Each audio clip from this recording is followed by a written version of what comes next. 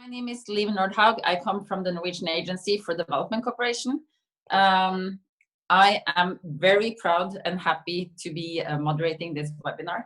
And I was just introducing to the audience and participants what has been the objectives of this translation sprint and how it was really fast-tracked because of the COVID-19 crisis and the need to respond to that.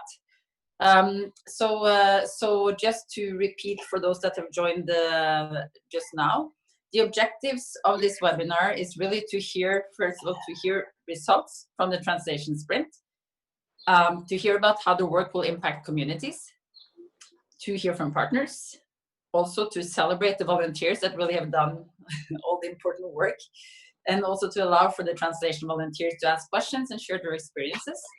And then really how we will keep the momentum going. And I would like to take the opportunity to read out the quote from Carl Barker from the Asia Foundation and the Let's Read platform, that the opportunity for curiosity, wonderment, and learning through storybooks should be the standard for all children, regardless of the language they speak or the community they are from. And this really underpins this translation effort. This should not be an experience for the few. In the webinar, we'll first hear from the 4 platforms, where they'll discuss what has been achieved in terms of numbers and the overall impact on their work. We will also hear from co-organizers, Learning Equality, the Global Book Alliance, and Verizon. We will then hear from some volunteers, champions for Nicaraguan Spanish and Azerbaijani languages. Finally, attendees will be able to ask questions to all of the speakers and also to share their experiences, because this is really an important learning effort for us as well. And this is not the one-off effort at all. And then you will be encouraged to place questions in the questions and answer box at any time. But we will be answering these questions at the end. Before I move on to introduce the speakers from the translation platforms, I thought we should have a quick look at the overall impact of this translation effort. First of all, the number of volunteers, 1,266. That's a pretty amazing number of people who have actually been translating books to new languages to benefit more children. Let's have a look at the number of books that these volunteers have translated. 6,614 new books have become available as a result of this effort. And into how many languages? More than 100 languages. So that's pretty cool. I think we should all take a moment to just look at those figures and think what that can actually mean in terms of in terms of impact on the ground. I think we'll get a better sense of this also when we hear from the different speakers. But first, I think we will hear a bit more from the different platforms. We'll be starting with the Global Digital Library, where the CTO, Christer Gundersen, will talk a bit about how this translation campaign has been conducted on the Global Digital Library platform and what that means to the Global Digital Library. Christer, handing over to you.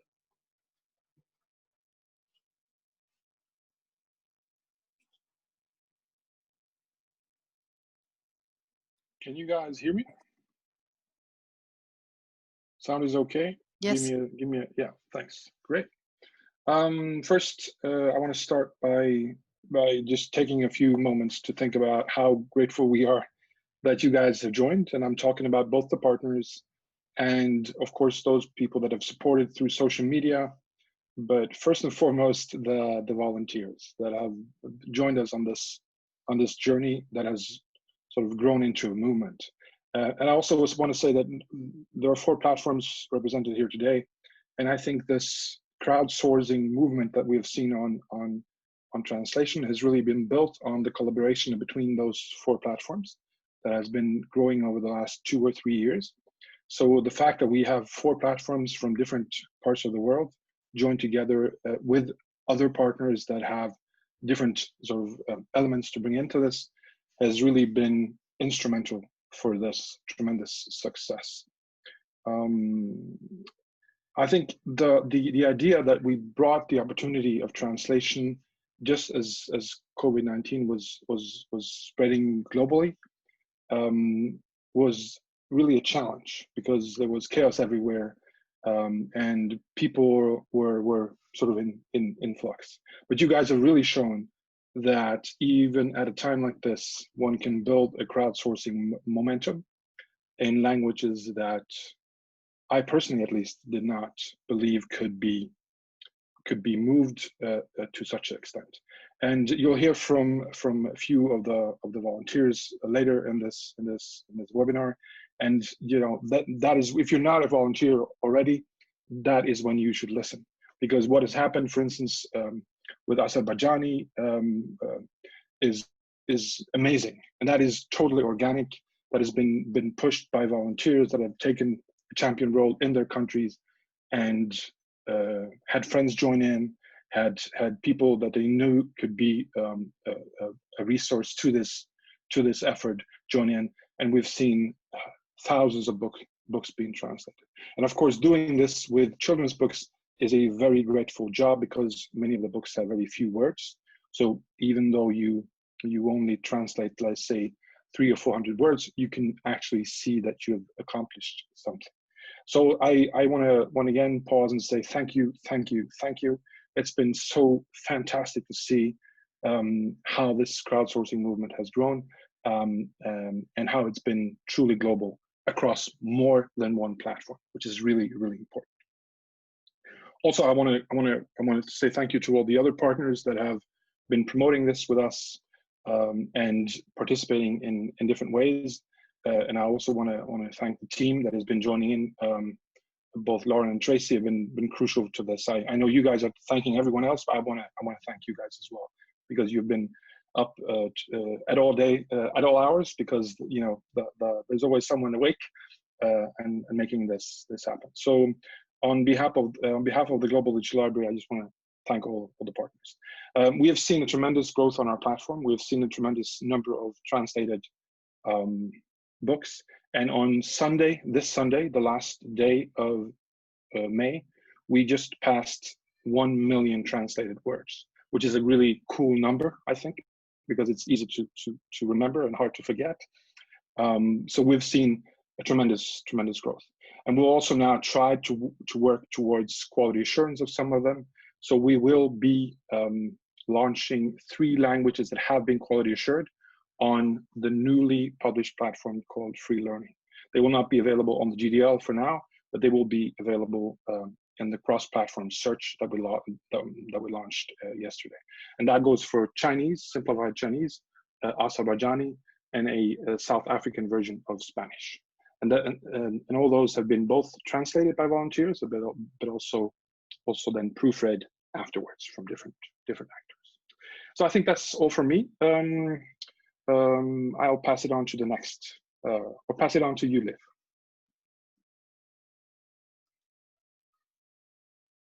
Thank you, Christer.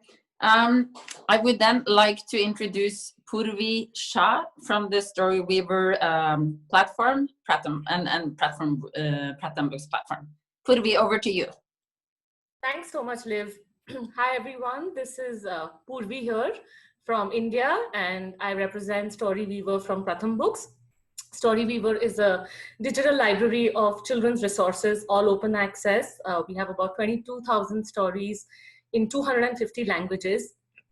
And one of the main reasons why we've been able to scale to so many stories in so many languages is because of our awesome community. And we're so grateful to all the partners of this initiative to give us an opportunity to partner for the Translate a Story initiative, which once again made us put a call out to our community to join us to create resources, especially in times like this where digital learning and digital reading has picked up. and there is a dire need for resources in mother tongue languages. A quick run through on the stats. Over the last 40-45 days, we've had about 1,620 books translated on the platform. And because StoryWeaver is an open platform, the minute you translate a story, these books do get published with your name on the platform. So pretty much all the volunteers who translated the stories have published their books on the platform.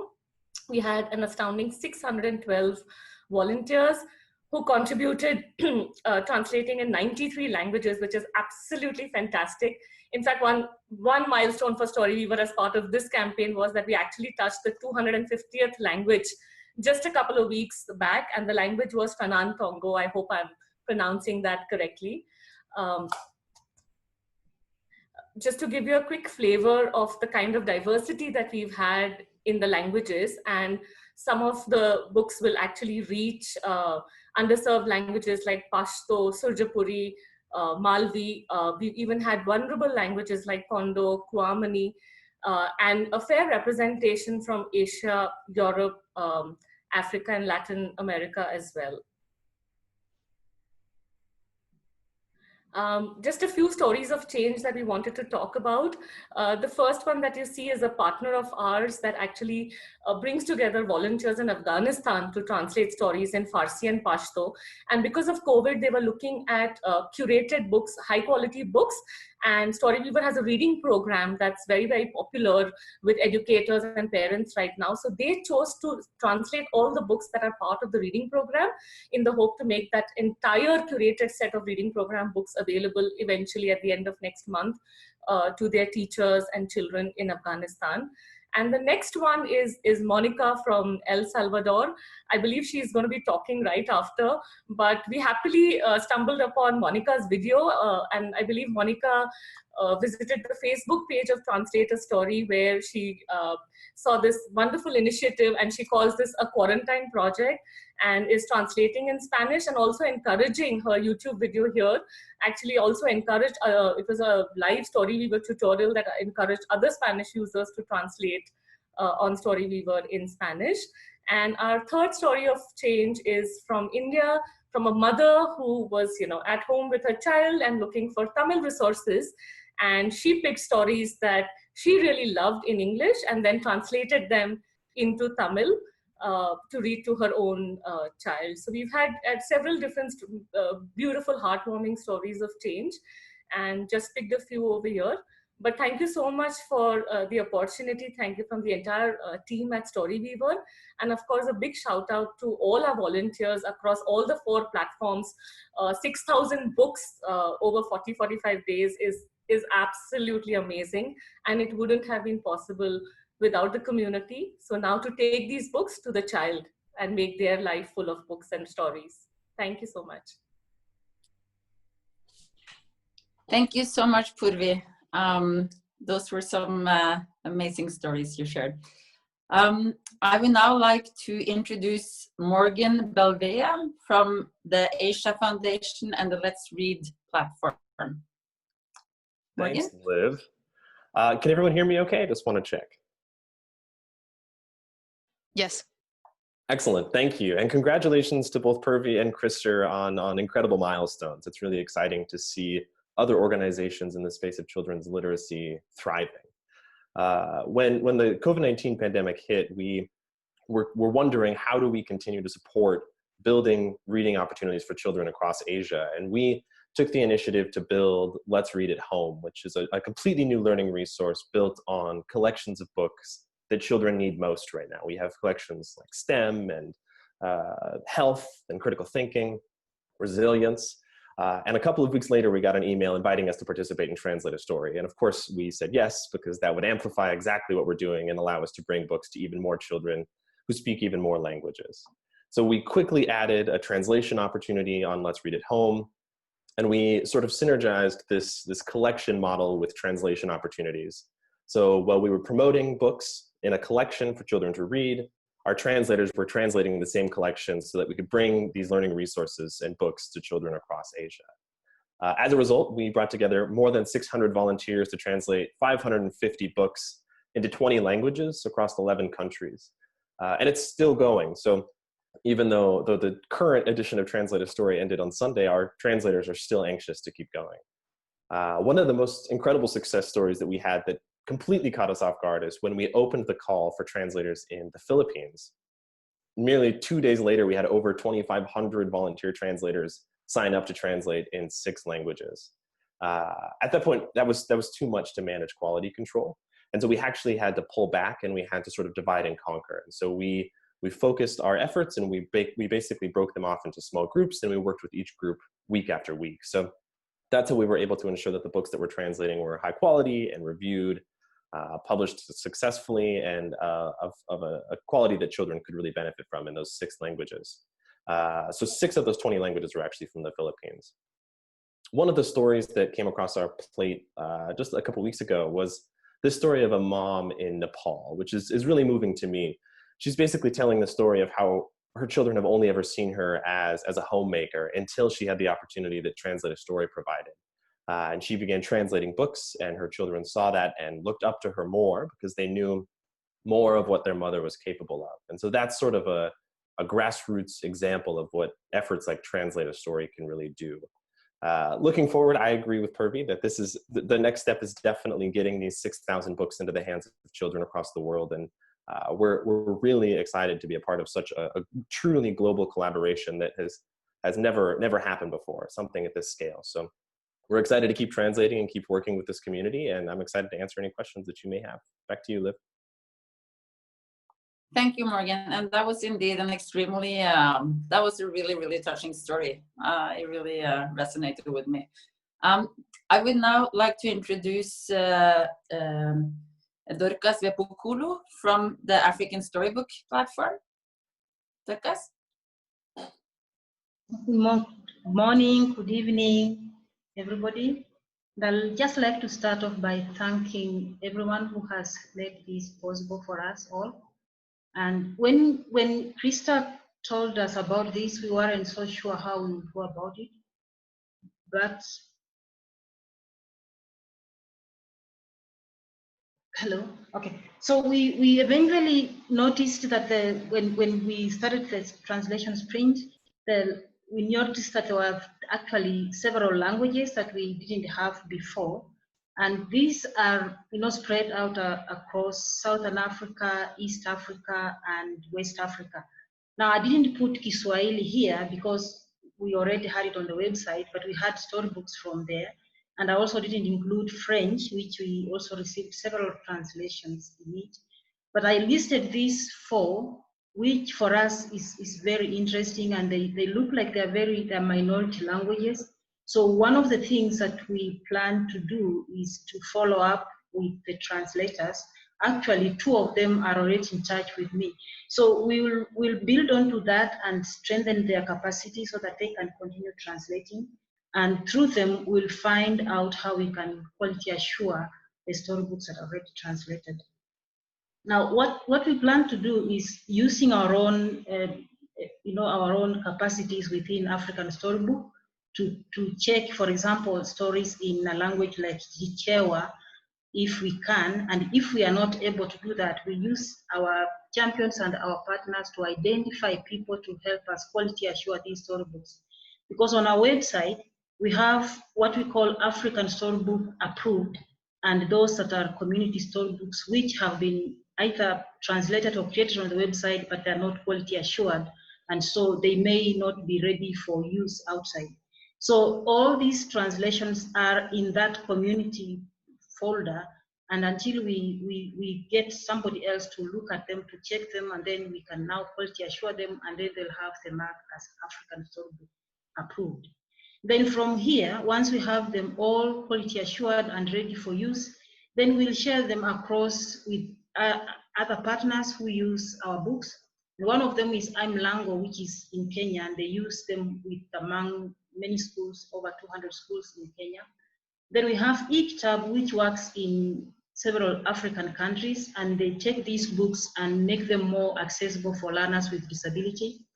And then we also have Okada Books, which is a commercial publisher, but they also host our books so that other children who may not be able to buy can access free storybooks. And then, of course, the GDL, which also publishes our storybooks. But most importantly, going forward, we will be interested again to participate in this and to do more, advocacy through social media and through our other partners, so that we can continue having storybooks translated into languages that are maybe underserved in terms of storybooks. And also to keep in touch with these translators who see the importance of books in their mother tongue, especially the new languages. Because if people volunteer to translate a story in their language, it means there is need for that, and that storybook will be used. So we'll build onto this and encourage them and have a personal relationship with those volunteers who have already done this, so that going forward, they can feel the support that we can give, and they can also encourage others to do the same. So thank you so much, and we look forward to participate more in the next round of translations. Thank you so much, Dorcas. I really appreciated your long-term thinking on the follow-up and what this means for African Storybook. This was all made possible because of volunteers and these great results. And I think we now want to move on to a section where we can hear more about what volunteering has meant for this whole campaign. I would first like to invite Verizon, who dedicated some of their staff time to this effort. So I believe Sarah or Elizabeth it's Sarah Link, right? Yes. will be speaking from the Verizon perspective. Over to you, Sarah. Great. Thank you so much, Liv. And thank you to everybody who has made this opportunity possible. Verizon is so proud to be a part of this initiative. When we think about what our company's impact is, society is one of 4 key stakeholders that we are focused on. So our CEO, Hans Vestberg, is committed to that. And from our leadership down to all of the individuals at the company, this is something that is core to who we are as a company. And when we think about the way that we can make a positive impact in the world, it's through our digital inclusion, providing access to individuals who would not otherwise have it, to information, to knowledge, and really ensuring that digital opportunities are available to all. So as a part of that, we think about how our employees can play a role here. And to that end, at the end of 2019, Verizon made a commitment to contribute 2.5 million volunteer hours of our employees' time by 2025. So that was a very large feat, and our team is ready for the challenge, but we wanted to ensure that we were working with the right partners to ensure that we're providing those opportunities to our employees. And so when this opportunity came about with learning equality, this was a perfect opportunity for us to engage our employees around the world. We have 135,000 employees that sit in over 50 countries. And when we think about the ways that they can put their skills and their talent to work, they are committed to making a difference in our communities, not just in their day-to-day jobs, but in their communities, and how they can make a positive impact on our future leaders, which are the young people who they've been translating these initiatives for. Fast forward to March of this year, when the COVID crisis started to unfold. We had to pivot all of these in-person volunteer opportunities, which I would say 99% of our existing volunteer opportunities on our platform were in person. And so what we were doing was looking for opportunities to pivot that to virtual. So this opportunity could not have come about at a better time. And there was just this perfect opportunity for our employees to make a difference through their translation efforts. So, I was humbled to hear the amount of volunteers and books that have been translated since this initiative kicked off. And kudos to Liv and to all of the groups and individuals like Learning Equality, the Norwegian Ministry of Foreign Affairs, the Global Book Alliance, UNHCR, for really getting this opportunity off the ground. I also wanted to really thank Krister for his work and his organization's work for us to be able to partner there. And then to Purvi and Morgan and all of your organizations that have come together at this moment to be able to make a difference. And of course, Dorcas, hearing more about your work has been so inspiring. So through our volunteers, we have had over 85 volunteers who have been able to take part in this initiative to date. They have been helping to translate 450 books. And we've also been able to do this in 25 different languages or dialects. So we're just very proud of this opportunity, and we look forward to continuing this. One of our employees has been so passionate that one individual on his own translated 29 books into Spanish. So, we're just so grateful for you providing our employees with this opportunity to be able to make an impact during this time.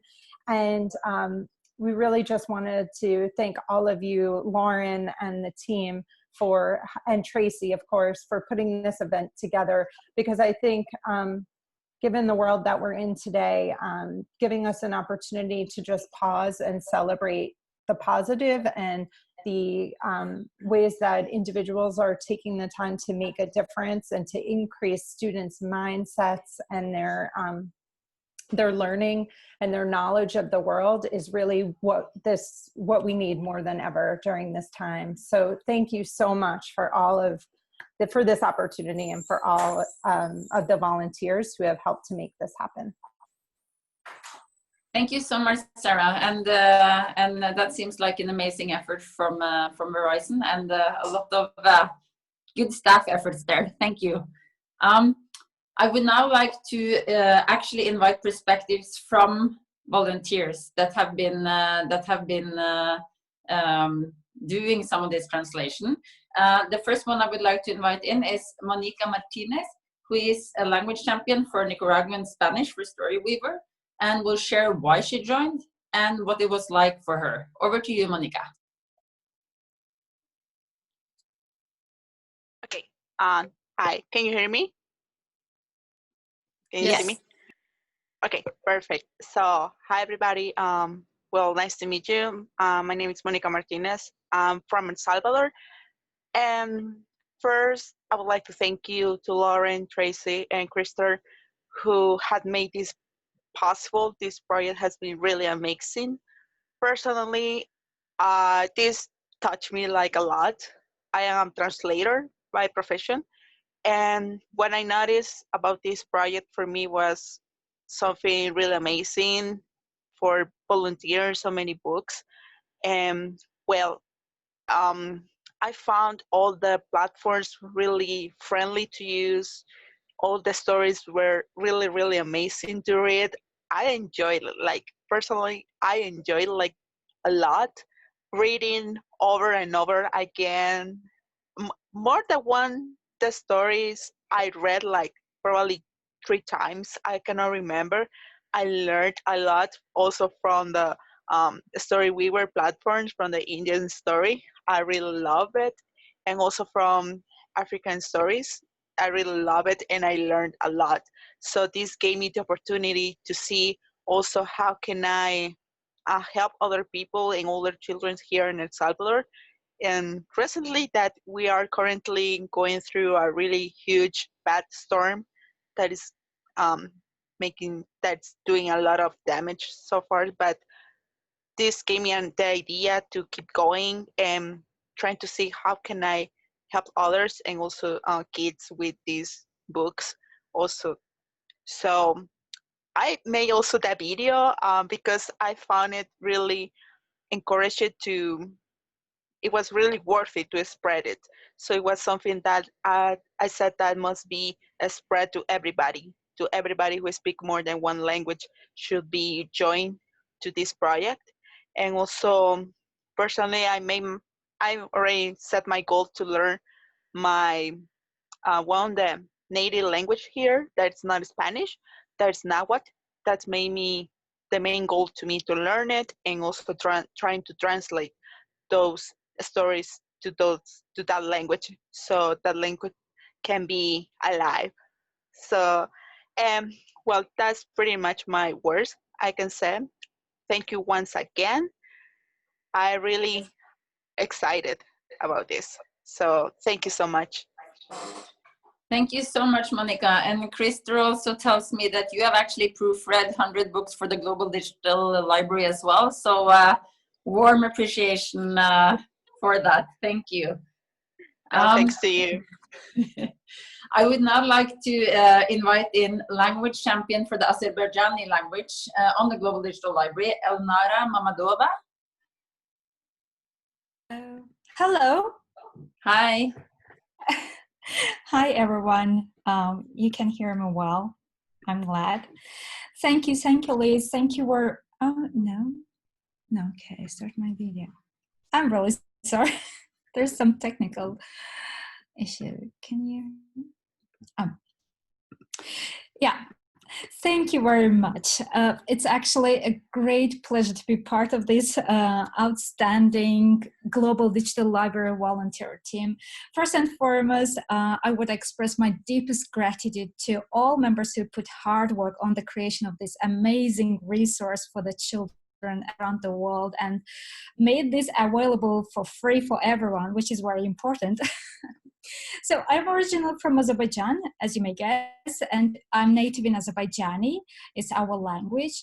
So a couple of months ago, when I was skimming my Facebook feed, I noticed that many parents were looking for books to read for their kids, and they got bored being in lockdown. So the intensity of those posts captured my mind, and I suddenly remembered about the Gideon that was introduced to me 2 years ago. So I immediately started to build a community of volunteer translators because I believe with a team we could make a positive impact. In a short period of time, our community expanded, and now there are 5 of us.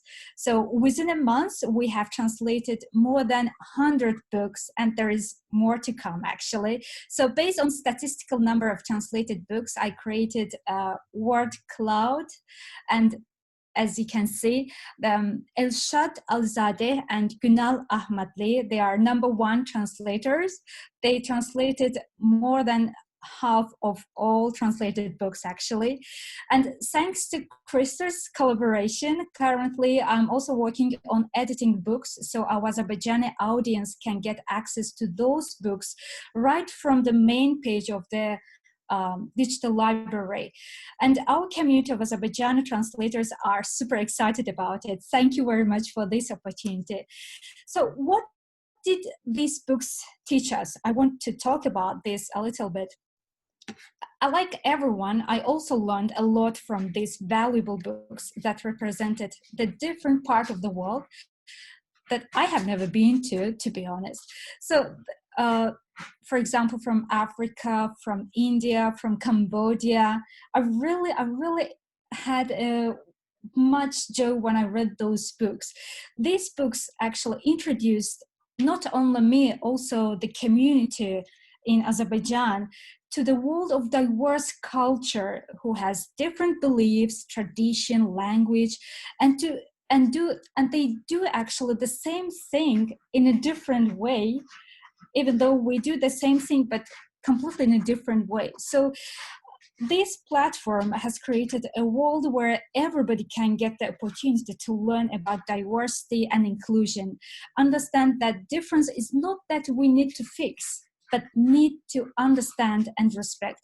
From this point, I would say that Global Digital Library is a truly remarkable open educational resource that gives everyone free access to the children books that are useful for families, for educators, preschools, and kindergartens across the globe. So, and I'm certain that these diverse, multilingual, and multicultural books will add much more value to our children's growth, expand their worldview, and enhance their understanding that all lives actually matter regardless of race, color, beliefs, whatever difference, you name it. So in conclusion, I really want to thank you again that you brought us together through these colorful books, and I'm super excited to translate, to keep continuing this translation. Thank you. Thank you, Elnara. I think what you have done has made a great impact, and I want actually to use your example, because champions like you, who are actually helping with more professional type of proofreading, is actually something that the Global Digital Library is actually, we're actively looking for that. So if there are, professional interpreters, translators with certification and significant experience with translation, and that can join and help do more of this, because this is a way for us of increasing the number of languages on the Global Digital Library, we would really encourage you to actually email us on the following email that I believe was just shared with everyone. So please email us at comms@globalbookalliance.org. So thank you so much for that. Next, we will be hearing from our organizers, who have been the ones really working behind the scenes, and I would actually say a bit on the scenes as well, because I think there's been a lot of facilitation going on that has been extremely important to make this happen. So I would first like to invite Tracy Corner to come in and speak. She is from the USAID's Global Book Alliance in Action, also known as GBAYA project. Tracy, over to you. Thank you, Liv. Very true that to put an event like this on requires a lot of behind the scenes and during the scenes working. So Lauren and Krista and I have been that sort of behind the scenes back and forth team. And I just want to say, most of you, if you're volunteers for the sprint, have had some contact with me, either through the emails that I sent out, or via the Facebook group. And so I just now that I can personally put a voice to my face, I just want to say thank you. And I don't know if you could hear me clapping through the mute function for all those numbers, the numbers that came through. Thousands and thousands of books were translated in a short period of time and are going to reach kids who speak languages that really need them. And so I just wanted to, put a personal voice to that and say, thank you, thank you. So as Liv said, I represent USAID Global Book Alliance in Action project that helps put into action the objectives of the Global Book Alliance. And I won't go into all of those now, but essentially it comes down to this. The goal is to bring books to more children across the globe, especially those who are underserved or hard to reach. And I don't need to explain why this translation sprint helped us to do that, or how impressed I am at how much we were able to achieve. Global Book Alliance will be working to do sprints like this in the future. So please, don't stop and don't just keep listening to hear from us about what our future initiatives will be. Right now in the works, we're putting together a translation sprint that would include sign language and maybe other accessibility related efforts. So if you know anybody who's interested in that, please stay tuned. And I wanted to stress that the sprint did take place over 45 days or so, but the platforms are all open. They're all open to translate. If you are enjoying yourself and if you feel that you want to keep going, please keep going. It doesn't stop just because the translation sprint is over. And you can keep using those platforms and keep adding to them. And we want you to do that. And we encourage that. There's also a Facebook page. I think many of you are part of that. It's pretty active. There are people posting links to the books that they've created, asking questions, looking for help.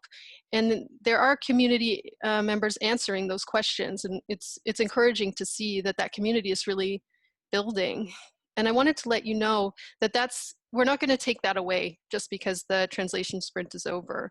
We may not be adding, the updates or putting as much time into monitoring that, but that page will stay open, and we'll put news there of, future efforts, future sprints. So it's worth joining. It's worth asking your friends to join, and it's worth staying in touch with that community group. So those are all my points.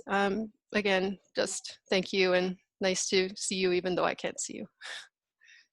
Back to you, Liv. Thank you so much, Tracy. You've done an amazing job. I would now love to introduce another one who's done an amazing job on this, and that is Lauren Lichtman from Learning Equality. Lauren? Thank you, Liv. Hi, everyone. Thank you so much for joining today. We're so grateful to all of the volunteers who've spent their time over the last couple of weeks. It's really been incredible to watch, and we've been impressed and honored to work directly with the volunteers from Verizon. A lot of the employees engaged in translation with their parents and others in their family, which was really heartwarming to hear, and really demonstrate what it looks like when we can come together around a particular moment in time and achieve something really impactful. I also want to mention that there's other co-organizers that aren't speaking today, but have also been working in reaching out to their networks and engaging volunteers and spreading word about the importance of local language storybooks, as well as the importance of openly licensed materials and how that helps to support learning during COVID, but also more generally. So organizations like UNHCR and UNESCO. So thank you to everyone. Learning Equality is a nonprofit organization based in the US, and we work globally through an open source platform called Calibri. And what's unique about Calibri is that it's designed to support learners in contexts with limited or no internet connectivity to be able to provide access to quality learning materials that can be accessed offline, essentially in creating mini learning hubs. So we run the platform on a variety of low cost and legacy devices, meaning hardware that you might already have in your communities. And given that this translation sprint, one of the goals is to translate books into a wide variety of local languages, often the communities that speak those languages might not have consistent and reliable internet connectivity. And so as a follow-up to this translation initiative, we are committed to bringing all of the quality assured translations of books from the sprints available to learners for use on Calibri. Presently, you'll already see a lot of other books that maybe you were engaged in translating available on Calibri, and we'll work to add in those new translations to our platform once the quality assurance process has been completed. So we're really excited to help further distribute the work that you all have done. It's very exciting for us to see how we can increase the availability of these readers. If you're interested in receiving updates on our progress, please do subscribe to our newsletter. The link is included on the slide here, and I will be sharing that in the chat as well. And the last thing I would like to say is that in addition to what Tracy said about continuing to translate, because there's always a need, and these platforms will continue their efforts. If you would like to become a part of Learning Equality's translation community and actually translate the Calibri platform into the language that you translate the books into, that would be incredibly beneficial such that learners can continue to learn in their own language. The next version of Calibri will be released in a few weeks and will be available in 29 languages. So we're nowhere near the 100 languages that have been included as part of this translation sprint effort. So please feel free to reach out to us and we can share more information. Again, thank you so much to all the volunteers and organizers for your time. We're incredibly honored and excited for what's coming up next. So thank you. Thank you, Lauren. Thanks for amazing work on this. I would now like to invite a Q&A session so that we can allow the different webinar participants to ask questions. If you could use the digital hand raising function in the app, that would be great. Organizers will unmute you so that you can ask your questions. or if you want to post them in writing, you can type your questions in the Q&A box, and we will answer as many as we can.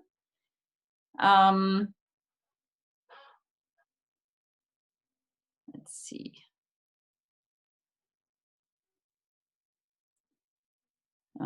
While we wait for that, I can mention that there are, yes, so there are several partners that are expressing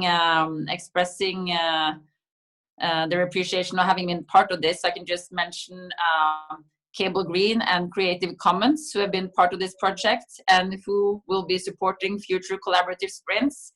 Thank you, Cable. That's excellent. And also we've heard from UNHCR, who's and Jackie Strecker, who's been also supporting this. And I think it's really interesting to see this kind of how we can create the links between what large organizations like UNHCR is doing on the ground and these kind of efforts. So that's warmly appreciated.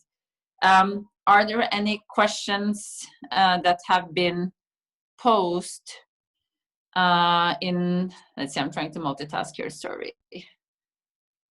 We have one question asking how volunteers can add this experience to their portfolio.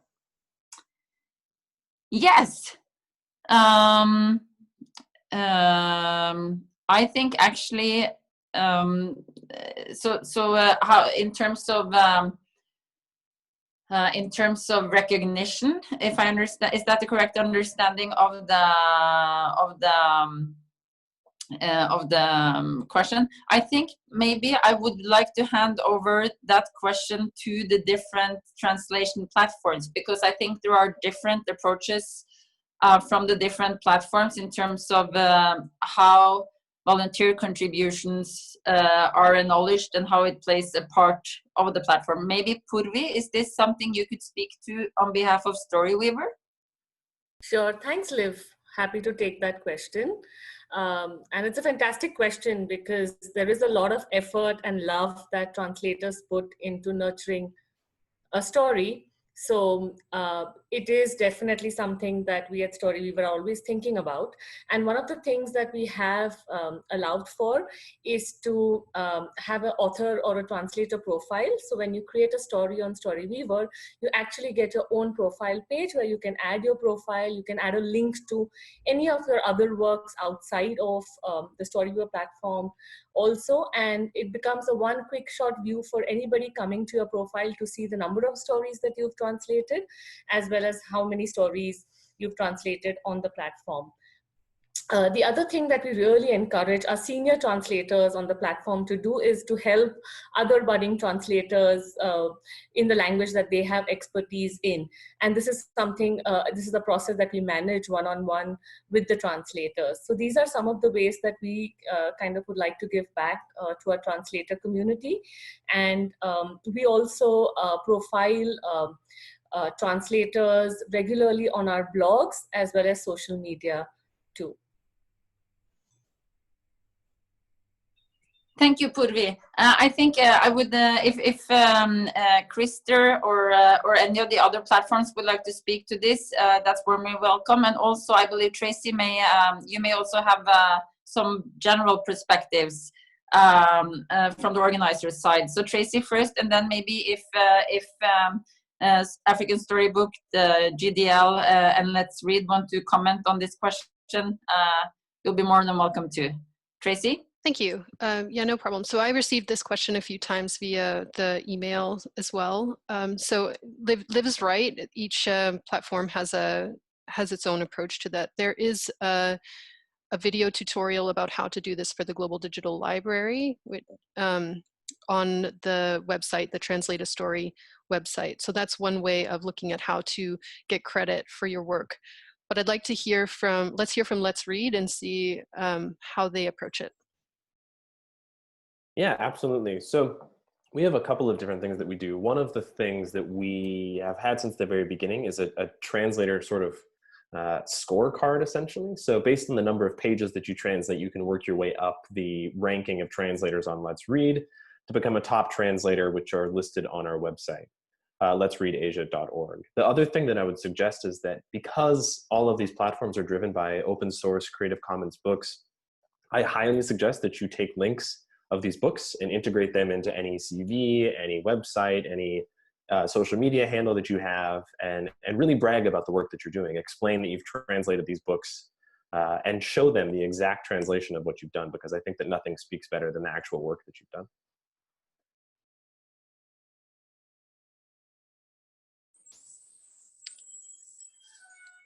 Dorcas? Hello. Yep. Yeah. You know, this is the first time we have participated in the translation, but previously the way we do it, like locally, we give people certificates because certificates mean a lot to people, and from there they can include that in their CV.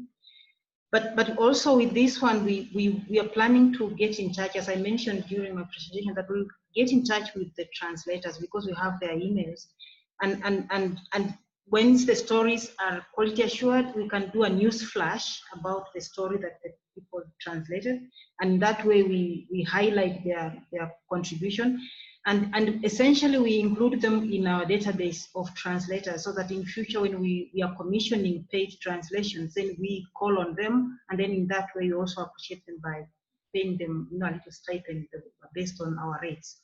So that's how we will do it.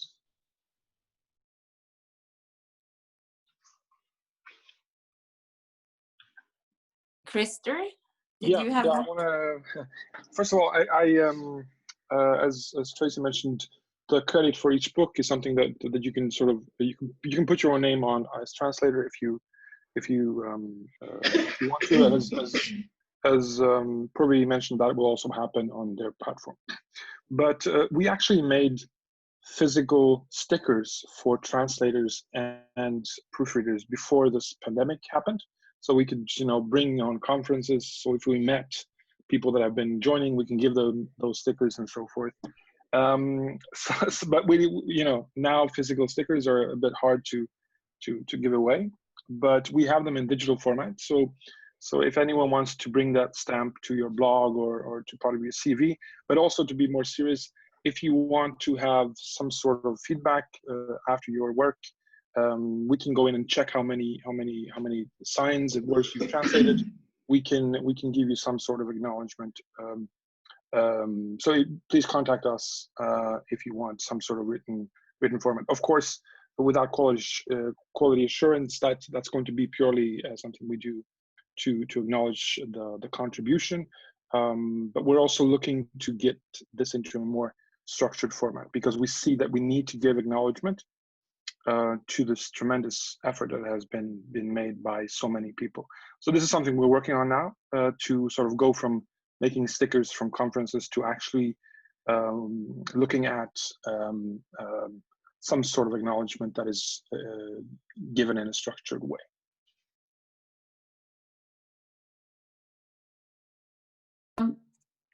Thank you, Krister. I would also like, there's a question from Indonesia, from Sifa, who's been translating as part of this story, and she is asking if the translation campaign ends with this webinar. And the question, and Tracy, I encourage you to correct me if you believe I'm saying something wrong. The translation at this particular sprint ends with this webinar, but it's possible to continue translating on all of these platforms. As Tracy was saying, the Facebook group will be kept alive as a community that can support these future efforts. So in a way, it's an end, but also a continuation. So is that, Tracy, do you agree with me in that way of framing it? Yes, perfectly. Yes. So we are nearing having to round off here. I would just like to mention also, I saw a very good comment from ADEA, from Albert. Thank you so much for being on, taking part in this webinar. And ADEA is, Albert from ADEA is writing that ADEA is working with governments and with ministries of education in African countries to see how these how translations can be part of ensuring access to government-approved reading books. And Albert and I are actually working very closely on this particular issue in a curated translation effort, which is linked to this campaign. warmly appreciate this collaboration, Albert. I think we need to round off. This webinar has been recorded, and the recording will be posted on translateastory.org. You can continue to translate even if the sprint has ended. As Tracy has posted in, so translateastory.org to see the recording of this webinar. There will be future sprints as well, where we will be tailoring and helping guide more actively. But we believe there is momentum now where the community support in itself can very much help this momentum go on. Please spread the word. And a lot of what comes out of this effort is also going to be available on freelearning.io. Which is a curated cross-platform search that was actually launched yesterday. We are really, with this effort, contributing to all of us, all of you, to help increase the availability of quality early grade reading resources. Thank you so much for joining, and thank you for this webinar. Bye-bye.